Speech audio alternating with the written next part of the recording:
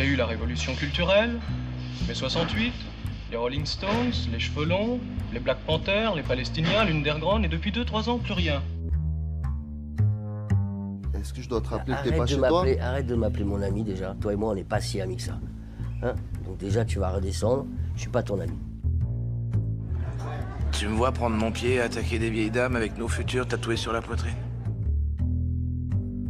Je comprends rien de rien à ce qui se passe. T'as qu'à voir à la télé, les mecs, ils ont pas de ventre. On sait même pas s'ils chient.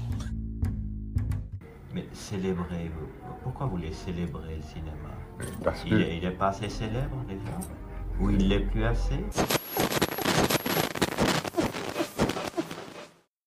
Bonjour, bonsoir et bienvenue à tous dans ce nouvel épisode du podcast L'Éclipse. Je suis Lucas Robois et cette semaine je suis avec Jordan. Comment ça va Jordan? Ça va très bien et toi? Nickel. Et je suis aussi, comme d'habitude, en compagnie de Arthur. Comment ça va Arthur? Ça va très bien et toi? Comme vous avez pu le lire dans le titre de l'émission, cette semaine nous allons vous parler de The Killer de John Woo, pas l'original de 89, mais le remake, la relecture de son propre film qui a sorti cette année. I've been all around town, based on Contract was clear. She should be dead. You just betrayed the most dangerous man in Paris. high, low, free soul. Take care of the witness. But I've been having mood swings. If you want to live, come with me. Mood swings. So you're a good cop then? Very. And you are an assassin? Zee est une tueuse à gages redoutée, connue sous le nom de la Reine des Morts. Mais lorsqu'elle refuse de tuer une jeune femme aveugle, elle se retrouve traquée à la fois par ses collègues criminels et par un détective de police déterminé.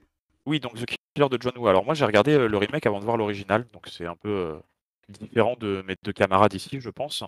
Et je dois dire que je trouve que le bashing sur le remake est quand même assez exagéré. C'est pas un bon film, c'est pas un excellent film, c'est juste un film moyen, mais pas au point d'être détruit par la critique et par les spectateurs comme il l'est.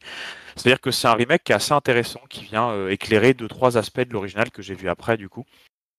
Par exemple sur la relation entre le policier et la tueuse, je trouve que c'est bien plus développé finalement dans le remake, là où l'original enchaîne les ellipses. Mais ce qui n'est pas forcément un défaut, mais j'ai trouvé qu'il arrivait à trouver un rythme et finalement une proposition qui était assez originale avec ce remake qui s'éloigne un tout petit peu du premier, bien que l'histoire soit un peu similaire, et qui propose dans le paysage cinématographique actuellement un film d'action finalement assez lambda, mais quand même quand même réussi, enfin faut le dire, je trouve, en termes de scènes d'action. Ce qui va poser problème, c'est plutôt le filmage et la mise en scène ou le montage qui sont vraiment très lambda. On a l'impression d'être sur beaucoup de plans face à un film Netflix très classique, là où l'original arrive quand même à mettre en place une ambiance qu'on ne retrouve pas dans le remake et une forme vraiment très très plaisante de ces films de ces films chinois de la fin des années 80, début des années 90 et que le remake n'arrive pas du tout à faire. C'est très lisse, c'est très fade finalement formellement, mais c'est quand même plaisant. Et je trouve que à côté de beaucoup d'autres sorties récentes, ça reste très agréable à regarder et très sympathique. Les acteurs sont très bons. Omar Sy est comme à son habitude. Et je pensais pas dire ça il y a encore 10 ans, mais vraiment, quand il sort finalement des comédies françaises à la con, il est vraiment plutôt potable. Il y a juste des grosses erreurs bêtes, par exemple sur la VO, VF. Enfin, dans la VO, le fait que ils savent pas parler anglais, mais d'un coup ils se mettent à avoir un monologue en anglais. Enfin, il y a quand même beaucoup d'erreurs de la sorte qui sont problématiques. Mais c'est un film agréable à regarder et franchement pas prise de tête et qui réussit finalement à faire ce qu'il est, c'est-à-dire presque un direct tout vidéo remake d'un grand film d'action hongkongais et ça marche plutôt bien. Comme tu le disais, oui, c'est un remake du film culte, qui est peut-être le film un petit peu The Killer de John Woo, l'original avec Chow Yun-fat. Et Danny Lee, c'est peut-être un des films les plus représentatifs du cinéma hongkongais, du cinéma d'action hongkongais de ces années-là. C'est le film qui a fait connaître ce cinéma à l'international, notamment aux États-Unis. Et, euh, et en fait, j'attendais ce remake avec un mélange d'impatience et en même temps de peur, parce que il faut savoir qu'à l'époque, John Woo avait la pression de Chow Yar, son producteur, sur les épaules, et Chow Yar lui a imposé pas mal de choses qui font que John Woo a toujours dit qu'il n'avait pas pu faire The Killer comme il le voulait vraiment. Et donc cette nouvelle version de The Killer devait être un petit peu en réalité une sorte de director's cut, ou plutôt la version la plus proche de sa vision de départ. Donc il y avait ça qui était intéressant déjà, mais en même temps, quand on voit les derniers films de John Woo depuis quasiment 10 ans, c'est vraiment pas fameux et on pouvait pas s'attendre, à part un miracle, à quelque chose d'extraordinaire. Donc première chose qui change déjà, le héros qui était joué par Choi Yun-fat et qui était vraiment ce personnage très charismatique dans l'original, est remplacé par Nathalie Emmanuel. Le flic Danny Lee est remplacé par Omar Sy, comme tu disais. On va dire que, comme je suis d'accord avec toi sur le fait que c'est assez lambda, il y a vraiment cette photographie typique Netflix. Le film se déroule à Paris aussi, tu l'as pas dit. C'est pour ça qu'il y a quelque chose d'un peu étrange, et que comme c'est des gens qui parlent anglais, mais que les flics sont français, des fois il y a des trucs un peu bizarres dans le choix des langues quand ils communiquent entre eux. Mais bon, ça c'est quelque chose d'assez typique à beaucoup de films. Mais comme tu le disais, alors moi ce que je reproche, c'est plus que le montage et tout, c'est vraiment la photographie qui est très Netflix, quoi. On dirait qu'on regarde Lupin. C'est vraiment assez plat, c'est quelque chose de très très lambda. Et en même temps, par contre, au niveau du montage et de la réalisation, là on retrouve un petit peu John Woo, de l'époque, quoi, de la grande époque. Mais en fait, justement, c'est ça le problème, c'est que je pense que John Woo à l'époque, c'était quelque chose de vraiment très moderne, quelque chose de révolutionnaire, on va dire. La manière de concevoir le cinéma d'action, les gunfights, tout ça. Et là, en fait, quand on regarde ce film, force est de constater que John Woo essaye de moderniser son film, mais le résultat a 30 ans de retard. Et c'est pas catastrophique, c'est pas une purge absolue comme plein de gens l'ont dit, mais c'est vraiment inintéressant. Et je pense que l'aspect qui joue dans la dimension qu'on dirait une purge, enfin que beaucoup de gens ont ce sentiment que c'est une purge, c'est déjà parce que évidemment le film reprend ce scénario assez mélo de The Killer, avec une écriture assez grossière, quelque chose qui choquait pas particulièrement quand on regarde un film hongkongais de 89, je crois, The Killer. Mais quand on voit un film récent avec des codes qui ont pu évoluer, la façon dont le cinéma d'action a pu évoluer, c'est vrai que c'est pas extraordinaire. Et puis, c'était pas inintéressant, j'avais noté ça aussi, de faire le film à Paris, parce que d'un côté, le premier The Killer, c'est un hommage à peine déguisé, même complètement assumé d'ailleurs, au samouraï de Melville. Et Choi Yun-fat d'ailleurs, c'est un peu le Alain Delon hongkongais. Et donc le fait de venir tourner à Paris, qui est d'ailleurs le deuxième film, je crois, que John Woo fait à Paris, parce qu'il avait fait Les Associés aussi avec Choi Yun-fat, Leslie Chung et je sais plus qui d'autre, une actrice qu'il avait fait à Paris dans les années 90. Mais là on est c'est pas très bien en fait. C'est vraiment pas très bien. Et c'est dommage parce qu'on est presque à se dire en fait, est-ce que John Woo faisait pas des meilleurs films quand Tsui Hark lui imposait son montage, son scénario, et lui mettait une pression sur les épaules conséquente.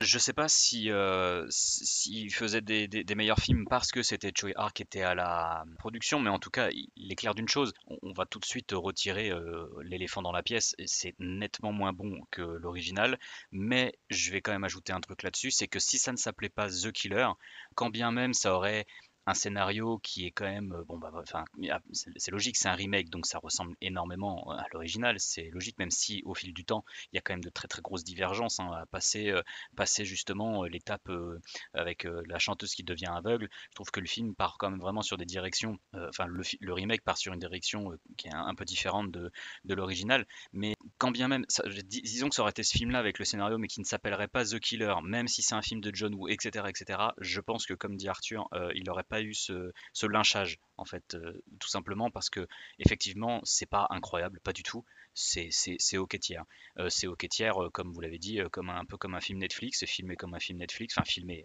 la photographie, la lumière, etc., tout ça c'est vraiment, comme vous l'avez dit, c'est très Netflix, c'est pas très beau honnêtement. Moi, contrairement à Arthur, je trouve qu'ils jouent pas très bien les acteurs honnêtement, enfin Nathalie Emmanuel et Omar Sy encore ça va, par contre la chanteuse, enfin celle qui joue la chanteuse aveugle là, enfin pour moi c'est une catastrophe, c'est vraiment, c'est affreux.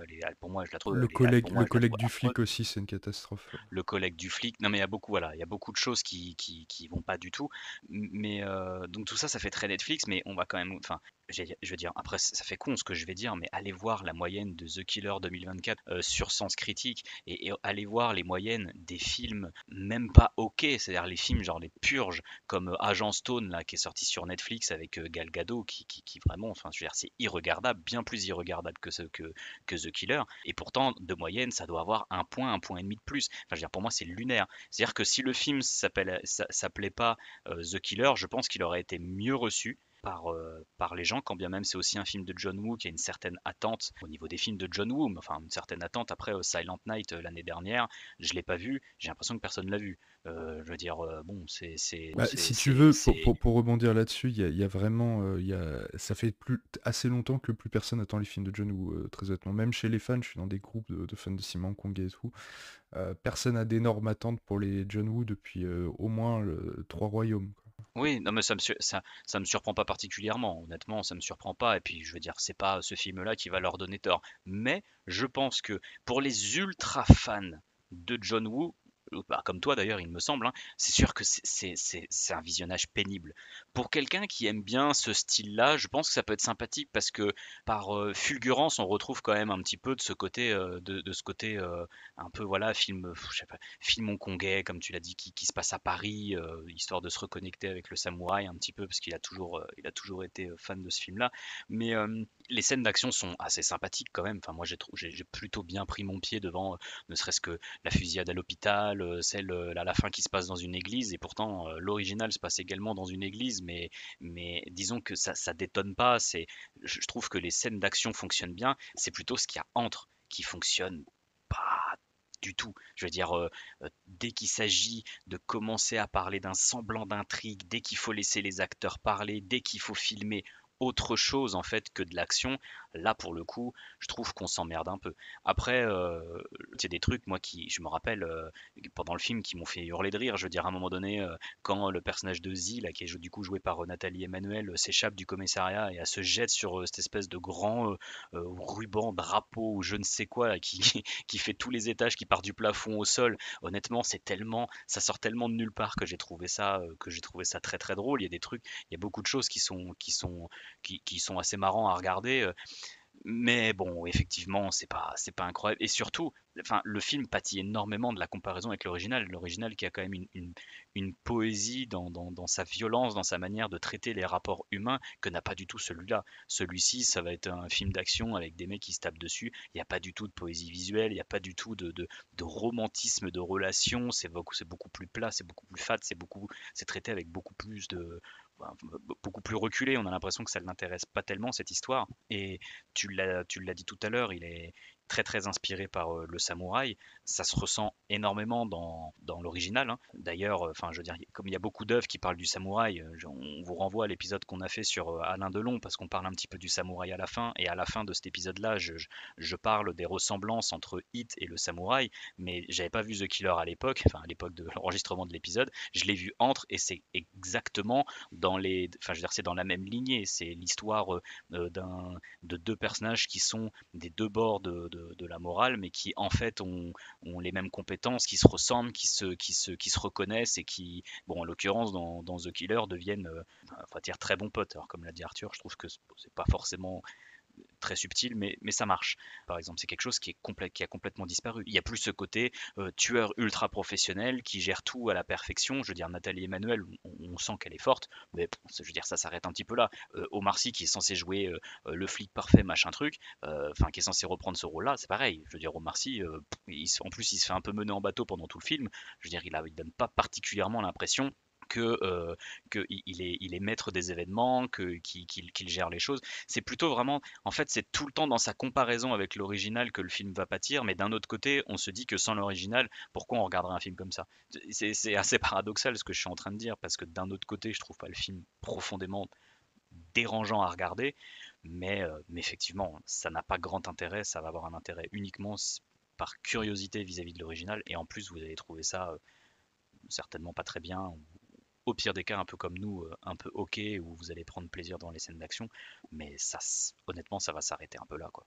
Je vais juste rebondir sur un ou deux trucs. Je pense que mon appréciation globale du film vient du fait que je l'ai vu en premier. J'ai pas vu l'original en premier, j'ai vraiment fait en sorte, vu que j'avais jamais vu l'original, de voir le remake en premier pour le prendre tel qu'il est. Peut-être aussi un film qui n'est pas qu'un remake, ce qui fait que bon, j'ai pas pu le comparer quand je l'ai vu à l'original. C'est vrai qu'après avoir vu l'original, il y a beaucoup de choses qui m'ont redéplu dans ce remake, comme tu le dis, la construction des personnages, le jeu des acteurs. Alors quand je vous disais le jeu des acteurs, c'est surtout Omar Sy et l'actrice qui joue Ziz, dont j'ai déjà oublié le nom, excusez-moi. Mais voilà, c'est surtout ces deux-là que je trouve vraiment très bons. Le reste, en fait, c'est des plantes vertes derrière qui servent strictement à rien, si ce n'est rajouter un peu de chair au film, mais ils ont aucun intérêt outre, et en plus, en effet, ils jouent pas très bien. Mais oui, c'est sur tous les détails un peu à la con. L'original, il arrive par les ellipses à nous faire comprendre le film, et là, il est dans le surexplicatif. Il faut qu'on voit dans quel restaurant elle va manger pour que Omar Sy trouve la solution de l'énigme et puisse la rencontrer. Faut qu'il y ait ci, faut qu'il y ait ça. Dans l'original, c'est peut-être trop expédié sur leur relation à un ou deux moments où on se demande comment d'un coup le commissaire devient meilleur ami avec le tueur. Ça arrive, je le trouve, un peu trop comme un cheveu sur la soupe, mais pour tout le reste, l'ellipse suffit en fait. Là, il va remplir toutes les ellipses qu'il y avait dans l'original avec des petites scènes inutiles dans Paris pour faire rigoler Omar Sy et pour faire avancer un petit peu son personnage, mais ça avance pas plus que ça. Donc je pense que mon appréciation, je pense que je suis d'accord avec ce que vous dites tous les deux, que le film, s'il s'appelait pas The Killer et s'il n'avait pas été réalisé par John Woo, il aurait été dans une espèce de masse de films Netflix et Amazon Prime autour de 5-6 de moyenne globalement, c'est-à-dire très lambda, mais pas déplaisant, que là l'attente autour de John Woo fait que le film se fait défoncer, mais il n'en reste quand même en effet pas terrible. Et une fois avoir vu l'original, il a trop de défauts en fait. Il veut trop en dire. Il dit pas grand chose, même si les scènes d'action sont sympathiques. En effet, celle dans l'hôpital, elle est plutôt sympathique, même si ça fait un peu écho plus. Mais ça reste quand même globalement sympa à suivre et à regarder. Mais c'est un film qu'on regarde d'un œil. Heureusement que finalement, enfin, ça ressemble à un film de plateforme parce que c'est un film qui est fait pour être vu tranquillement sur sa télé un soir après le travail et pas comme l'original, un film de cinéma où on y va pour en prendre vraiment plein les yeux et plein la tête. D'où le fait que Tuark soit derrière aussi. C'est quand même ce qu'il réalise avant tout. Des films de cinéma, là on est plutôt dans un téléfilm des plateformes actuelles. Et c'est ça qui va en pâtir le plus. Mais c'est pas non plus la daubasse que la majorité des gens vendent. On le voit qu'on le voit en premier ou en deuxième. Et j'ai pris quelques notes en vous écoutant. Il y a pas mal de points que j'aimerais développer, sur lesquels j'aimerais rebondir. Bon, déjà, brièvement, la scène de la fusillade à l'hôpital. Si vous n'avez pas vu À toute épreuve, qui est avec Chow Yun-fat de John Woo, qui est peut-être le plus grand film de John Woo. En gros, il n'y a pas de scénario, c'est un film d'action de 2 heures non-stop avec, comme je disais, Chow Yun-fat et... Ah oui, Tony Leung, avec Tony Leung. Avec Chow Yun-fat et Tony Leung. Donc, où, en gros, pour vous dire, la fin du film, le climax, c'est une fusillade dans un hôpital qui dure 50 minutes. Avec, et vraiment, il y a beaucoup de choses dans la scène de fusillade à l'hôpital du nouveau The Killer qui, dans la façon dont, comment dire, la chorégraphie se passe, qui est très très proche d'À toute épreuve, mais ça fonctionne pas très bien, et ça fait vraiment, c'est un peu décevant quoi, quand on a vu À toute épreuve, mais je vous recommande grandement À toute épreuve. À part ce point-là, j'avais noté, oui, alors, par rapport au jeu d'acteur, je pense qu'il y a quelque chose qui me dérange, c'est que quand on voit The Killer, on voit d'autres films de John Woo et même d'autres films hongkongais, d'autres films d'action hongkongais, il y a une façon de diriger les acteurs là-bas, la plupart des acteurs cabotinent pas mal quoi, quand on regarde des films, c'est-à-dire Chow Yun-fat et tout, c'est toujours dans l'exagération, c'est très très mélo, c'est très, très théâtral, mais ça fonctionne bien parce que je pense qu'il y a un décalage culturel qui fait que c'est ce qu'on attend de ce style de film. Mais quand ça arrive dans un film plus récent, tourné en France avec des comédiens occidentaux, je trouve que ça fonctionne pas très bien, déjà. Et je pense qu'aussi l'autre point qui rend le film assez déplaisant, je dirais, c'est que je pense que John Woo filme Paris comme un touriste, quoi. On sent que c'est vraiment, on va filmer Montmartre, on va filmer la Tour Eiffel, on va filmer... Et il y a vraiment ce fantasme du Paris tel qu'on peut l'imaginer, un touriste. C'est déjà un peu le cas, je trouve, dans Les Associés, la façon dont il filmait Paris dans Les Associés, mais le film se passe, pas l'intégralité du film se passe comme ça, passe dans ce lieu, je veux dire. Là, du coup, on a l'impression d'avoir une sorte de film de touriste. Et quand vous disiez que c'était beaucoup... il y a cette dimension très Netflix, très aseptisée, mais ça marche sur plusieurs points, notamment le fait... Je trouve que moi, c'est quelque chose qui m'a marqué, c'est que quasiment toutes les scènes qui se passent de nuit dans l'original se passent de jour dans le remake. Par exemple, la fusillade dans l'église à la fin, bon, ça se passe en plein jour dans le remake, et je pense que c'est notamment pour pouvoir montrer le lieu, ça ressemble un peu à Montmartre, enfin le Paris autour de cette espèce d'église au milieu d'un cimetière. Et aussi, je pense, pour rendre plus lisible, parce qu'il y a beaucoup de cascades en voiture, de motos qui explosent, de machin. Mais ça rend tout de suite... il y a la pesanteur est pas la même chose que la pesanteur dans les scènes d'action de l'original. Et plus forte, et pourtant, je dirais que dans le remake, quand même, la scène d'action finale est peut-être un peu plus intéressante que dans sa chorégraphie, je veux dire, et dans ce qui a été mis en place. Notamment qu'il y a un peu d'arts martiaux, des choses un peu plus intéressantes, mais ça reste quand même... Et enfin bref. Et un autre point que je notais par rapport à la relation des personnages, qui a été évoqué, dans l'original, il y a toute une dimension crypto-gay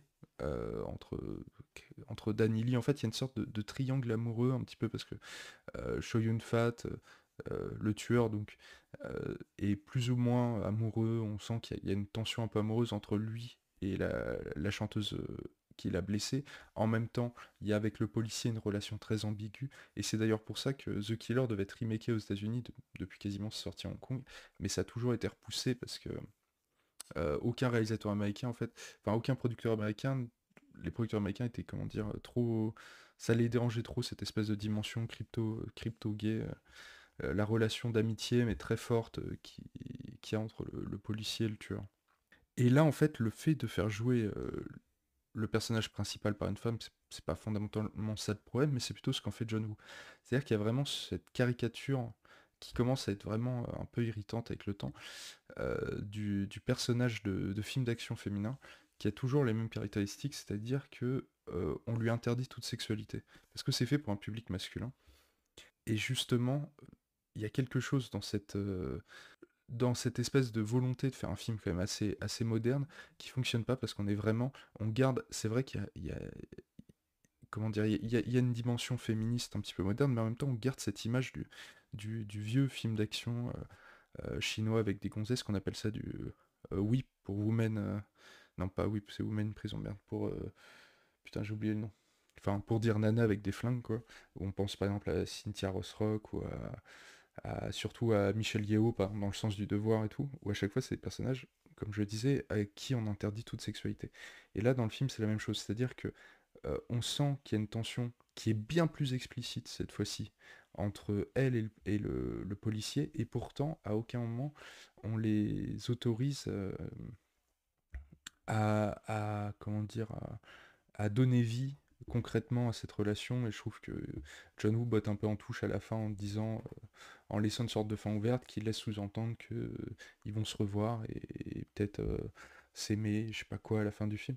Mais ça rend là où l'original, le tueur et je crois que la chanteuse meurt à la fin du film, dans une scène qui est vraiment assez triste, où lui aussi perd la vue, et en fait ils n'arrivent pas à se retenir, enfin, à se toucher, ils sont en train d'agoniser, ils se cherchent, mais comme ils se voient pas, ils rampent tous les deux par terre pour essayer de se tenir, ils n'y arrivent pas, enfin, ça revient à tout ce que je disais, l'original a quand même, malgré le fait qu'il pousse le curseur à 10 000 niveau mélo, niveau cabotinage, etc., pourtant il arrive à être bien plus émouvant que ce remake qui au final, comme je disais, déjà le personnage féminin, c'est qui en interdit toute sexualité, etc., etc. Bon, ça commence à devenir un petit peu, je dirais un petit peu chiant, quoi, à force avec le temps à se taper toujours le même archétype. Mais en plus de ça, je trouve que ça fonctionne pas. L'aspect qu'on veut la donner badass, qu'on veut, comment dire, la montrer comme une femme forte, mais ça en devient ridicule parce qu'elle est trop forte en fait. C'est vraiment, c'est abusé, quoi. Elle fait du 1v10 avec des mecs qui font 4 fois son gabarit, c'est bon les gars. On veut... Ça fonctionne, pour moi ça fonctionne pas. Je suis d'accord avec toi, c'est un archétype qui est hyper irritant, d'autant que là, tu te dis, je vais encore revenir là-dessus, et même si tu me dis que John Woo, il est plus attendu par grand monde maintenant, ces nouveaux films, j'entends, bon, d'accord, mais tu te dis, putain, il a quand même un film culte, vraiment, je pense que c'est peut-être celui qui l'a fait exploser à l'international, il me semble. Je veux dire, il a quand même quelque chose. Je veux dire, on va pas tergiverser sur le remake 107 ans, sur, on va dire le principe de faire un remake. Mais déjà, le principe de faire un remake, quand tu reprends le film de quelqu'un et que tu en fais un remake, techniquement, c'est pour donner, enfin, je suppose qu'un auteur, un artiste, c'est pour donner sa vision d'une histoire et sa manière de la raconter ou que sais-je. Quand tu fais un auto-remake, c'est déjà un procédé encore plus particulier. Alors certains font des auto-remakes d'un pur point de vue, je sais pas trop si c'est financier, si machin, quand Haneke par exemple fait Funny Games aux États-Unis, mais t'as l'impression enfin, pour moi il refait plan par plan. Alors on va dire que l'intérêt artistique là-dedans est limité. Enfin, voilà, pour le dire largement. Parfois le principe du remake, surtout si c'est un remake pour américaniser une histoire qui est européenne ou asiatique ou peu importe, bon, voilà, ça a peu d'intérêt. Mais là, tu te dis, merde, John Woo, quand même, il reprend un film qui va avoir 35 ans, enfin qui a 35 ans, et il décide de changer pas mal de détails dans son histoire. Et donc, il prend une femme comme tueuse en personnage principal. La question que tu vas te poser légitimement, c'est qu'est-ce qu'il va faire de ça? Et la réponse, tu l'as dit juste avant, rien. Il en fait rien. Il en fait juste, voilà, c'est l'archétype de la femme badass, ça me dérange pas particulièrement. Mais du coup, tout ce côté et à la fois triangle amoureux avec l'aveugle et à la fois crypto-gay avec le flic de l'original disparaît complètement ici. T'as pas du tout de relation, que ça soit lesbienne ou crypto-lesbienne ou que sais-je avec la chanteuse aveugle. Et tu as pas non plus, ou enfin, moi je l'ai très peu ressenti, ce côté justement, ils sont en train de tomber amoureux avec le flic qui est joué par Omar Sy. Je trouve vraiment que ça reste comme ça. Enfin, c'est même pas en substance. Là, pour le coup, c'est quand même beaucoup, beaucoup mieux foutu dans l'original. D'autant qu'ici, en plus, on nous sert à un moment donné, au milieu du film ou vers la fin, un flashback qui explique qu'en fait, ce personnage de flic, eh ben, il a peut-être déjà rencontré indirectement le personnage de la tueuse, puisqu'en fait, elle aurait tué quelqu'un devant lui pour lui sauver la vie. Enfin, c'est là que le film, en plus, il s'embourbe un petit peu dans une histoire où il essaye de rendre tangible un truc où il n'en avait pas besoin. Le premier The Killer, on le dit très bien depuis le départ, il y a vraiment un très très très très gros truc. Vraiment, tous les potards sont poussés à fond pour livrer vraiment une vision de violence poétique. C'est ce que j'ai déjà dit tout à l'heure, mais il y a vraiment quelque chose qui se passe et il y a des scènes qui sont hallucinantes. Et là, non, il y a trop de trucs tu sais pas pourquoi d'un coup il veut partir là-dessus et qu'en plus ça sert à rien. Tu sais pas pourquoi ce flashback il est là. Je trouve que le flashback, il est tellement inutile parce que moi ce que j'aime dans The Killer, enfin l'original, c'est la manière dont il traitait tout ça, on va dire en sous-texte. Quand bien même c'était pas du tout subtil, la manière de dire le tueur et le flic se ressemblent à travers cette fameuse séquence où le flic il s'assoit dans le siège du tueur, enfin tu sais, vous savez dans sa chaise là en plein milieu de son appartement après la gigantesque fusillade qui a eu lieu dedans, et que d'un coup tu as un panoramique qui passe, on le voit lui, le panneau, tu sais, il passe à un moment donné comme s'il y avait, je sais pas comment expliquer, enfin vous savez, un espace entre deux fenêtres, et puis la fenêtre d'après on revoit Chow Yun-fat, et puis il recommence et on le remet lui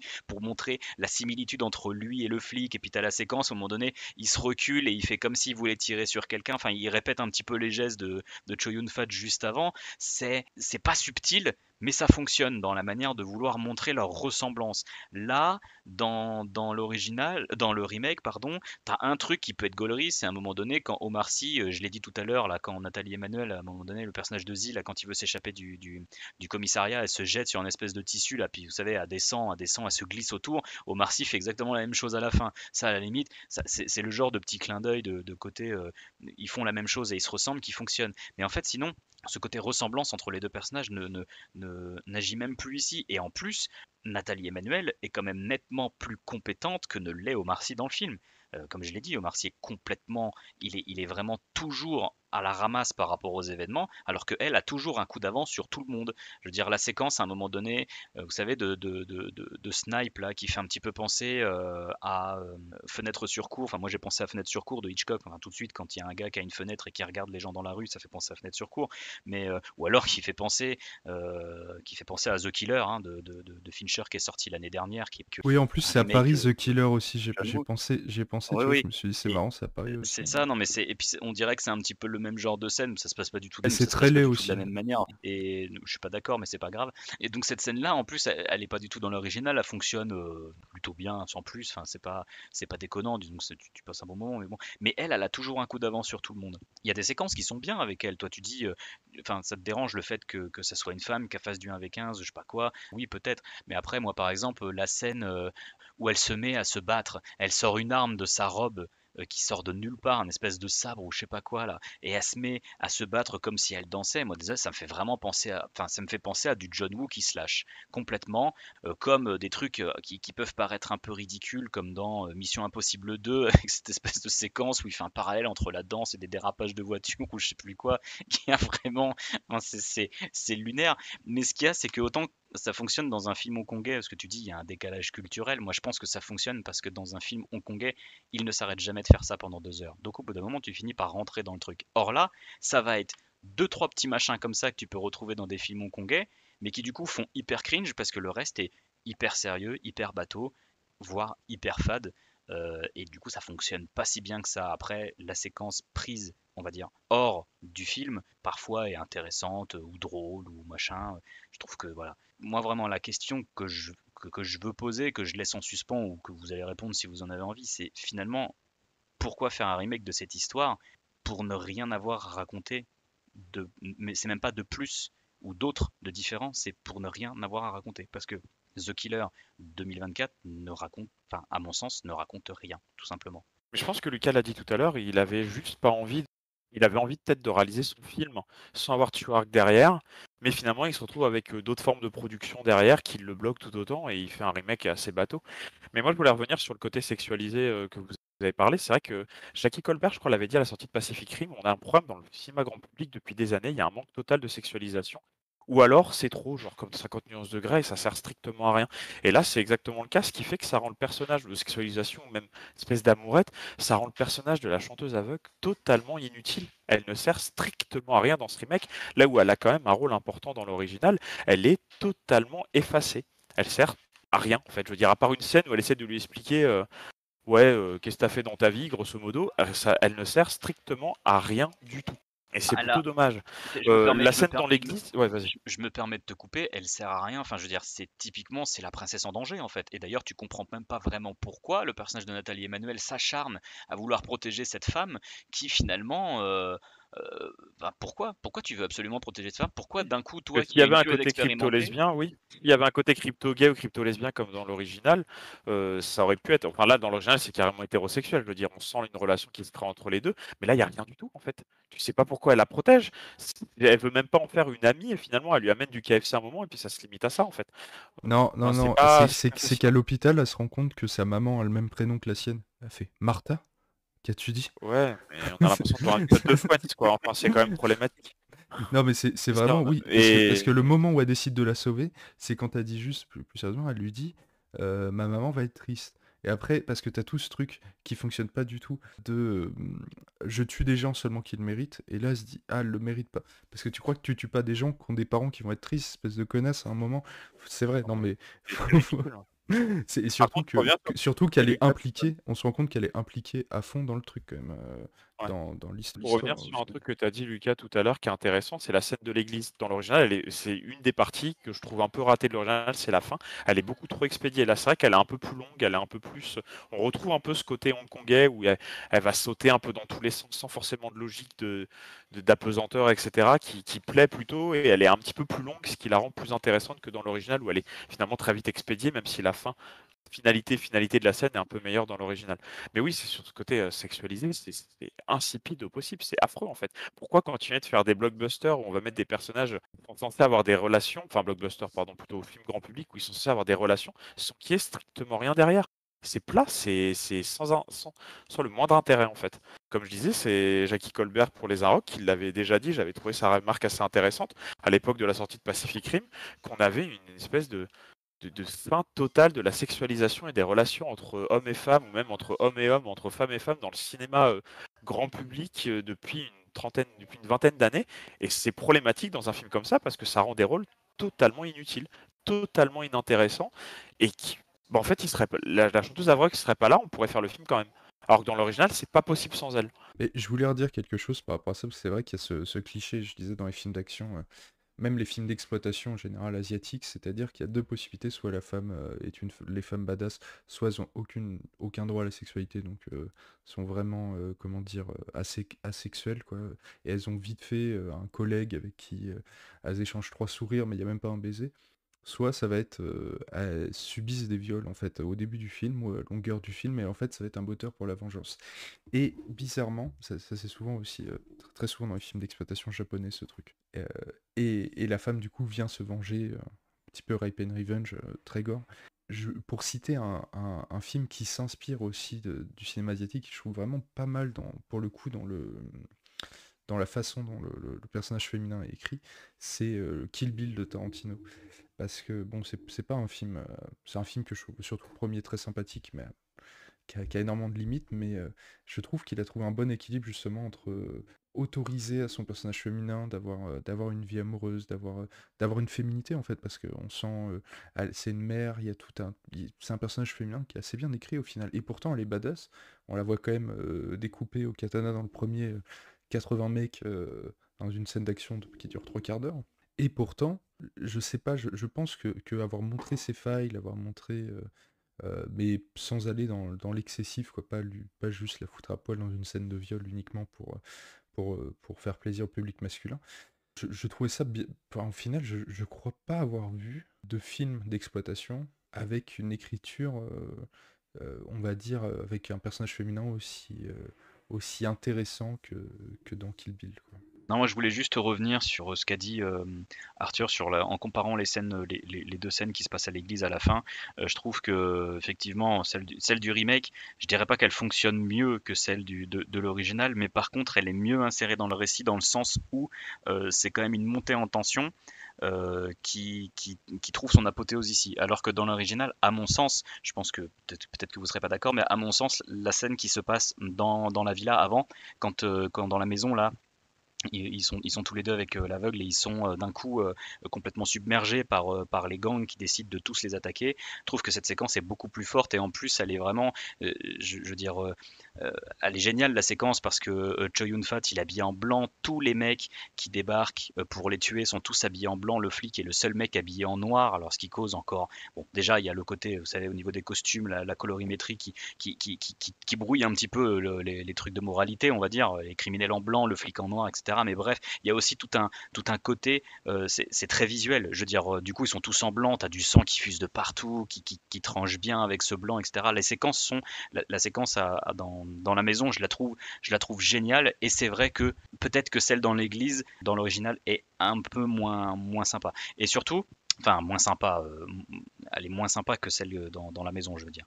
Et je voulais rebondir, moi c'était vraiment sur la toute fin, parce que je sais pas trop si on l'a vraiment beaucoup évoqué, mais là où depuis tout à l'heure on dit quand même que le film il est très aseptisé, qu'il raconte pas grand chose, etc. Et je trouve qu'en plus c'est vraiment le symptôme final de ça, c'est vraiment cette fin, du coup qui se finit bien et qui se finit bien pour tout le monde. Et autant je suis pas du tout un bandeur de mauvaises fins et de machin, et je veux à tout prix que ça se finisse mal, mais là c'est vraiment un happy end qui paraît archi forcé, quoi. Genre, enfin, tu te demandes, c'est vraiment, on dirait comme si on avait vu un espèce d'épisode, je sais pas moi, de Navarro et de Julie Lescaut, puis à la fin ils se reparlent et ils se disent, on va se revoir dans The Killer 2, il va y avoir une autre mission à faire et tout.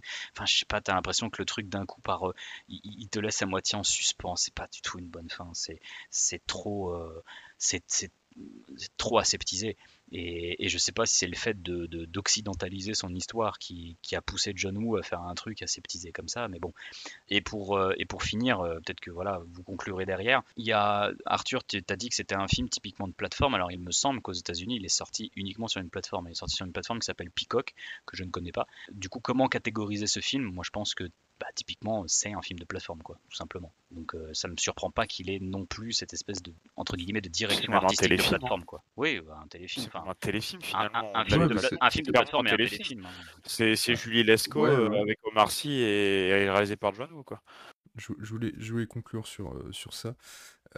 Tu disais que la fin fait beaucoup plus aseptisé, mais je pense que ça revient à tout ce qu'on disait sur l'écriture du personnage féminin et tout, et le fait qu'il y a quelque chose qui fonctionne pas, c'est en fait, on te la montre comme extrêmement badass, et en même temps, elle est complètement conne, en fait, à côté. C'est-à-dire qu'elle a vraiment... elle est naïve, elle a ce côté elle est trop gentille parce que c'est une nana... gna gna gna. Et d'ailleurs, on peut rajouter une autre chose, c'est que le coup de l'opération pour les yeux, dans l'original, le mec doit faire un dernier coup pour financer l'opération des yeux de la chanteuse qui est devenue aveugle. Dans le remake, ça fonctionne pas parce qu'elle a le droit à la sécu, en fait. Comme Breaking Bad, qui aurait jamais pu se faire en France. Ouais. Mais c'est tellement... Après, il a une mutuelle dans Breaking Bad, je crois. C'est tellement une bonne fin. Ah non, faut terminer sur sécurité sociale, c'est tellement une excellente fin. T'aurais carrément dû dire CMU, t'aurais carrément dû dire la CMU en fait. Oui. Ça n'existe plus la CMU, c'est CSS maintenant le nom. Mais il y a SS dedans, c'est problématique qu'on va être censuré. Non, mais t'imagines la fin où tu dois faire un dernier coup pour la sauver. Et en fait, le dernier coup, elle fait la queue à la CPAM. Ce serait génial ça. C'est presque... C'est la dernière scène du film où elle fait la queue. Ça prend... Même film expérimental, 1 heure de queue. Un James Benning, 1 heure de queue à la CPAM, filmé en plan fixe. D'un coup, John Woo se prend pour Chantal Ackerman et la meuf passe 1 heure comme ça dans une queue, elle fait rien. 在每一天，我在流連，這心漂泊每朝每夜，多麼想找到願意相隨同伴，使這心莫再漂泊。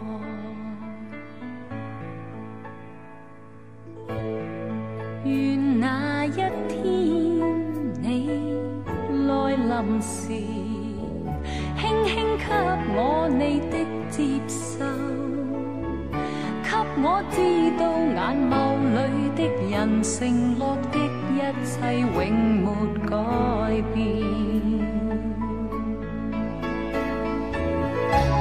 多少期